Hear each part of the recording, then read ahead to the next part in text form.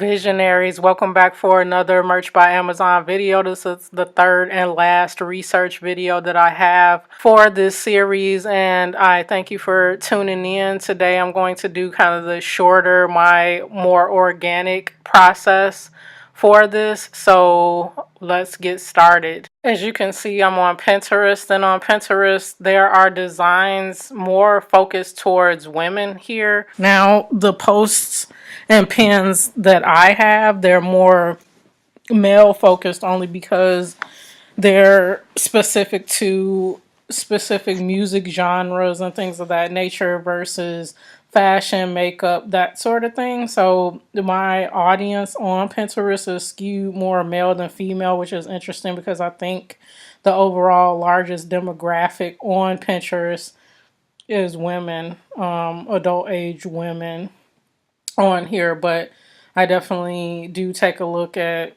some designs that might be inspirational. I find that a majority of the designs on here, even though Pinterest is a more graphical focused interface, the t-shirt designs I'm finding are more text-based. So if that's up your alley and your portfolio of shirts are not fully graphical in nature and you want to look more towards witty sayings and things of that nature for your inspiration, then I definitely recommend Pinterest.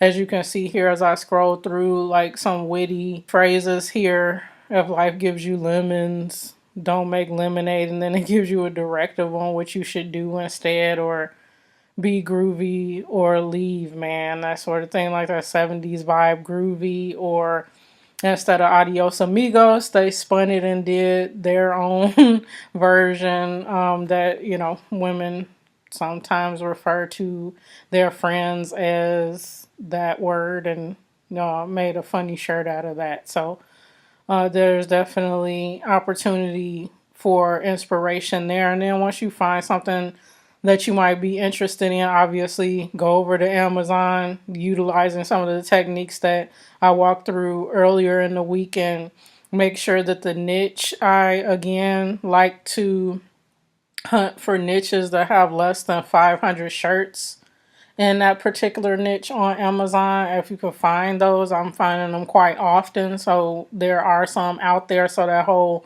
oversaturation of Amazon question, I don't think it is, because I find niches all the time that have potential for sales that only have sometimes less than 30, 40 shirts in it. So you guys just have to get out there and poke around and do some research, and you'll happen up on some. And then if you, again, advice, if you have the slots available, once you put some shirts out there in that niche and they start selling on a regular basis, you're gonna probably need to flood that out, because as you saw if you tuned in to the other two videos that I had earlier, Merch Informer has some tools out there that will point to some shirts that are starting to sell, that has a trend by day, by week, or by month. So as your shirt starts to sell, chances are somebody is searching around for similar niches, similar inspiration, that they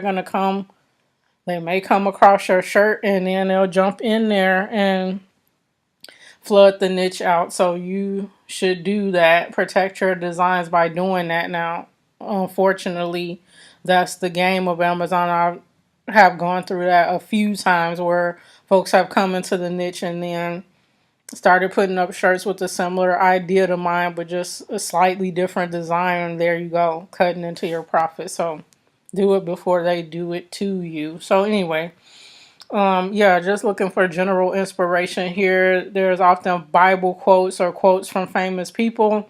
Obviously, you have to make sure that those things are not trademark, copyrighted, and that quotes that you use from famous people have to be in the public domain for you to be able to use them. So just don't willy-nilly look at these shirts and say, oh, well, somebody put something up, put a quote from Edgar Allan Poe up there, it's open for me to do it. Or a saying that Vincent van Gogh may have made or said, and so it's open for me to do it too. Just double check before you put anything up in tests, obviously, but then generally just do the due diligence that you need to make sure that you're not putting anything up that you shouldn't be putting up. But again, Pinterest, generally I put in t-shirts overall, but if you have an idea of the big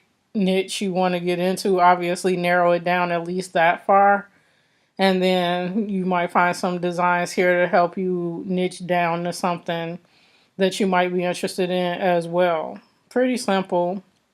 The other thing that I use sometimes, not very often, because I find Google Trends there is more focused on general pop culture news of the day type of thing. And a lot of that, obviously, you can't get into and utilize terms related to a lot of this because it's obviously someone else's intellectual property. However, you can look at it for more general things. So not World Cup, right? Branded stuff, but soccer, football, men's soccer or American football, that sort of thing. Sports is always, a profitable niche for me. That was one of my top 5 niches that I mentioned in my other video. So if you haven't seen that one, that's a couple weeks back, but definitely do take a look at that one as well. But you can obviously search here and explore overall niches and look at the popularity of that and the search volume of that on Google and then niche down from there. But I also like to go back a little bit in time to the year in search area and take a look at what was popular in terms of search across all of 2018. So here you can see some of the top searches again. World Cup is always popular, so it's popular now still as we're coming up soccer season. Football season is in full swing. Football. And so soccer shirts, if you could find some unique angle for those, I would definitely do those. But again, don't do anything that's copyrighted. And then, so you're looking at, like, for instance, Mega Millions. Obviously, you can't do Mega Millions, but maybe you do a lottery-related t-shirt, gambling related, casino related, bingo related. Go deeper into the overall niches, go deeper into that, and then maybe you could come up with funny sayings or things that you hear people saying when they're gambling or whatever is funny, and then kind of delve deeper into that. I have some gambling related shirts and they do well in general. I sell about 4 or 5 a month. So that's the thing, just kind of think of the overall thing and then go deeper into it. Now, not royal wedding, but weddings in general, sports again, just general happenings, not necessarily government shutdown, but things that you hear people say about the government. It doesn't necessarily have to be focused directly on the president, but we past tax season, so not anything to do with taxes and paying taxes and stuff like that, but it's always some fodder to make shirts related to the government, whatever country you're in, something that your family or friends may have said that it'd be an inside joke that may appeal to more people. So you just take a look at these and find something that may be interesting to you. Beauty is always top searched. I've seen shirts talking about eyelashes, eyebrows, makeup on fleek, stuff like that, meaning, they have flawless makeup and stuff like that. So things, depending on what your portfolio is, what your interests are, what you can kind of glean would be of interest to people that are into makeup or pets or whatever. These will give you at least a starting point for your creativity to then do additional research in Amazon, in tests, to make sure that these will be profitable for you. Diets are always popular. I have some keto diet shirts up.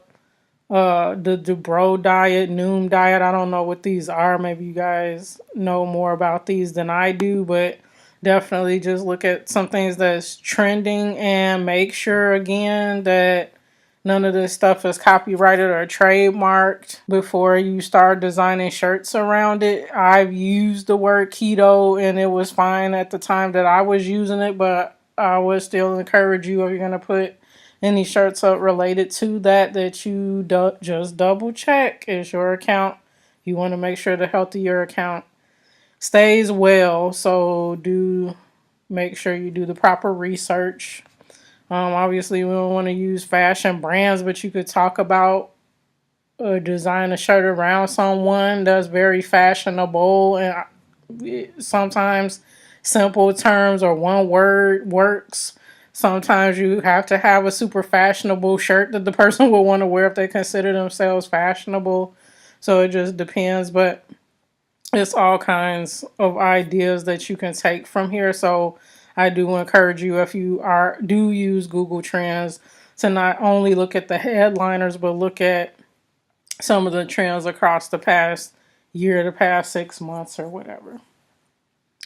So if those two sources don't give you something to go on, some new niches to explore, you can always look at some existing lists. So one list that I utilized earlier on, I still go back to it here and there for some ideas or inspiration before, but if you're not familiar, you can go to nichehacks.com.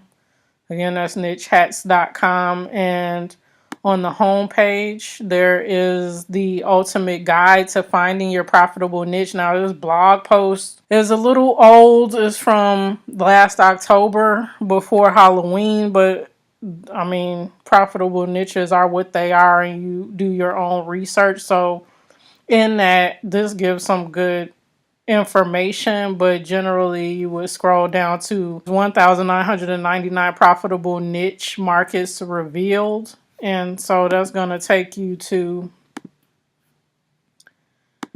this page that's going to have the listing. So it's 1,999 of these, and you just go down, go through, and look at something that interests you, and go ahead and take a deeper dive and research on Amazon. Again, my rule of thumb, one more time, is looking for niches that have less than 500 shirts up, and the top 5 to 10 shirts have a BSR of less than 1 million is best. You might, if it's a smaller one, but there's potential there, you might not have that many shirts to judge off of, but at least the top 5 should have some kind of BSR that's less than 1 million, letting you know that it's sold at least within the last week or so. And obviously tools like Merch Informer that I mentioned show you the history of those, but as a starting point, at least you know that that niche is getting some search traffic and some sales.